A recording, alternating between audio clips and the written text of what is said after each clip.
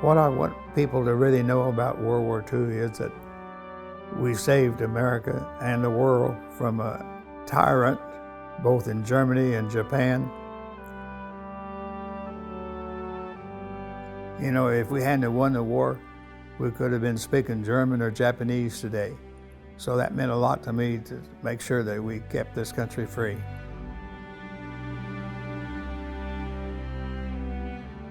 I was born on November the 1st, 1925 in Kansas City, Missouri. And in 1930, my dad bought a farm at Platte City, and we moved to Platte City. Graduated in 1943 and I joined the Army in January 1944.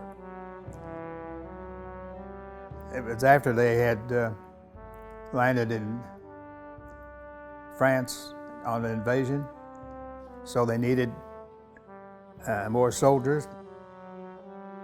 I only have one eye. I was born with one eye, but the Army didn't care. They were looking for bodies. Can't remember the first camp. It was in Joplin, Missouri, Signal Corps. Then they sent me to Camp Gruber, Oklahoma, which is an infantry training center. They put me in 42nd Rainbow Division. The Rainbow Division was started in World War I by General MacArthur. If you look at history of World War I, you'll see that the Rainbow Division was a leading outfit that helped win the war. Trained me as a Jeep driver and a machine gunner, and we was there until November of '44. In November of '44, they put us on a troop train. We went back through Kansas City. We actually went through the Union Station on the way to Camp Kilmer, New Jersey. From there, they put us on a boat, USS Benneville. I landed at Marseille, France, right around the 1st of December of '44. I unpacked my Jeep, and sometime around the 15th of December '44, we started driving north out of Marseille, France. We were put on the front line, and I was in a little town called Sessenheim. And we were there for 2 weeks holding that town. And in December, around the 27th and 28th, the Germans made a push, which is now called the Battle of the Bulge.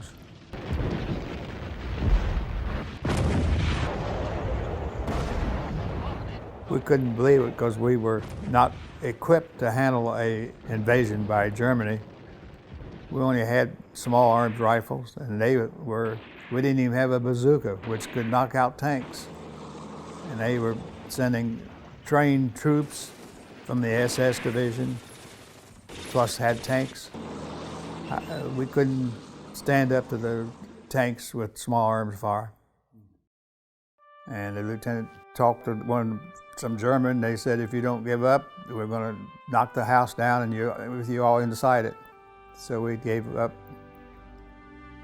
And they lined us up out in the field on the east side of Sessenheim, a little field. It must have been 75, 100 that they had captured along the front line. And they had a tank sitting out there in front watching us. We'd heard that they had not been taking prisoners, had been shooting them. So somebody, I don't know who it was and never did know, or never will know, broke the ranks and started running. And they opened fire, and I got hit with a shell in the back of my head. Just went by. And they finally rounded us all up again and put us in a barn, sheep barn. It smelled like sheep too. The next day they brought in a barge and took us across the river, and we ended up in an area called Baden-Baden. All this time we had no food, no water. They marched us over to Stuttgart and put us on 48 boxcars to take us to our camp. It was on that boxcar for 7 days. It had no toilet. We had to use a bucket for toilet. Now they ended up in a little town called Fallenwasser, and that is where Stalag 11B is. We were in army-like barracks with wooden bunks and straw for mattresses and one blanket. We had no heat, no running water, no bathroom. To go to the bathroom, you had to go out to an open trench in the back barracks. Zero weather, snowing, raining. And they finally fed us it was rutabaga soup. Rutabagas is a turnip, a round yellow turnip that tastes terrible. But it finally got to tasting good after there for a while. And black bread that was made with sawdust.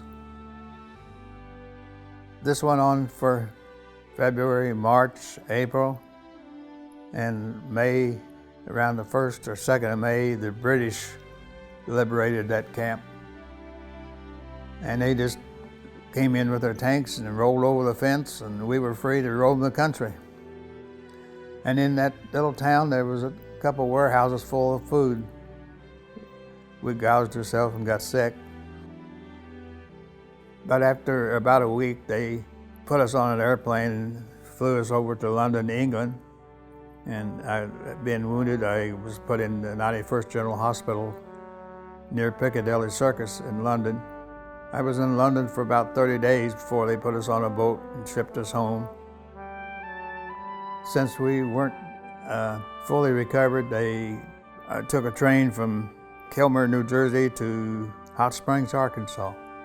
And the Army had taken over a hotel there. They used that as a rehab center. We were so weak, we didn't do much, just went to movies and stayed close to the hotel. Around the 1st of November, they shipped me to Cheyenne, Wyoming. It was Fort Warren, Wyoming. We were free to go to town and went to many USO functions, dances, had great parties. We were all pretty much back to normal, so we were enjoying ourselves. But on November the 25th, 1945, they discharged me and gave me my honorable discharge and a bus fare home. And I got home around December the 1st, 1945, and was back as a civilian.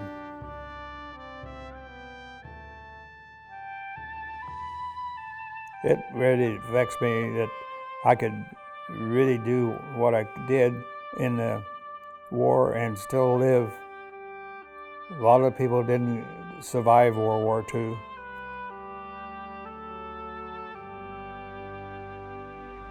After the war, I did several things in my career, and I ended up doing accounting mostly.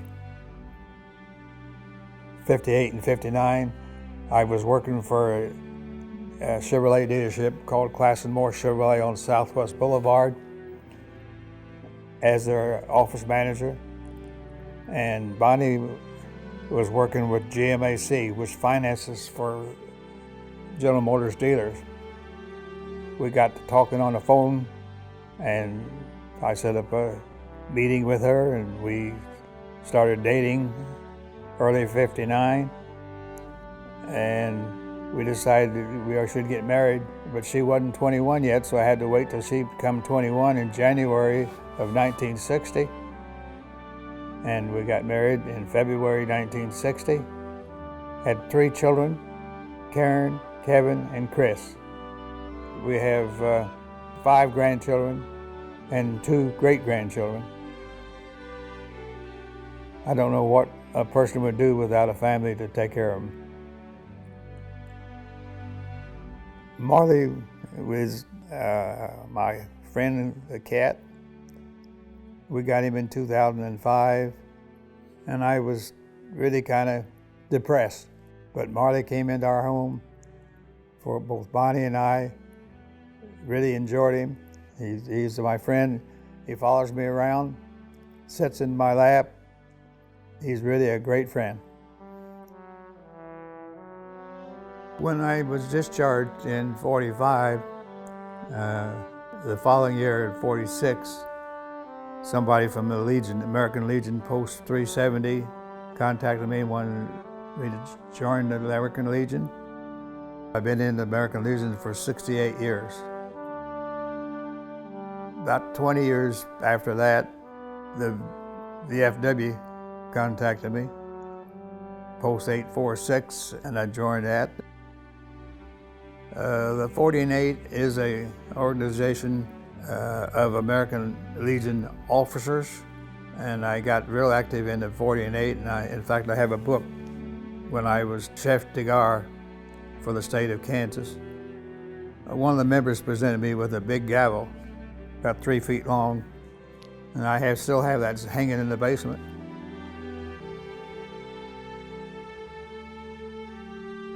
It meant a lot to me to serve for the Army. The biggest thing to be proud of would be that this country is still America and still free, where you can say what you want to say and not be put in prison for it.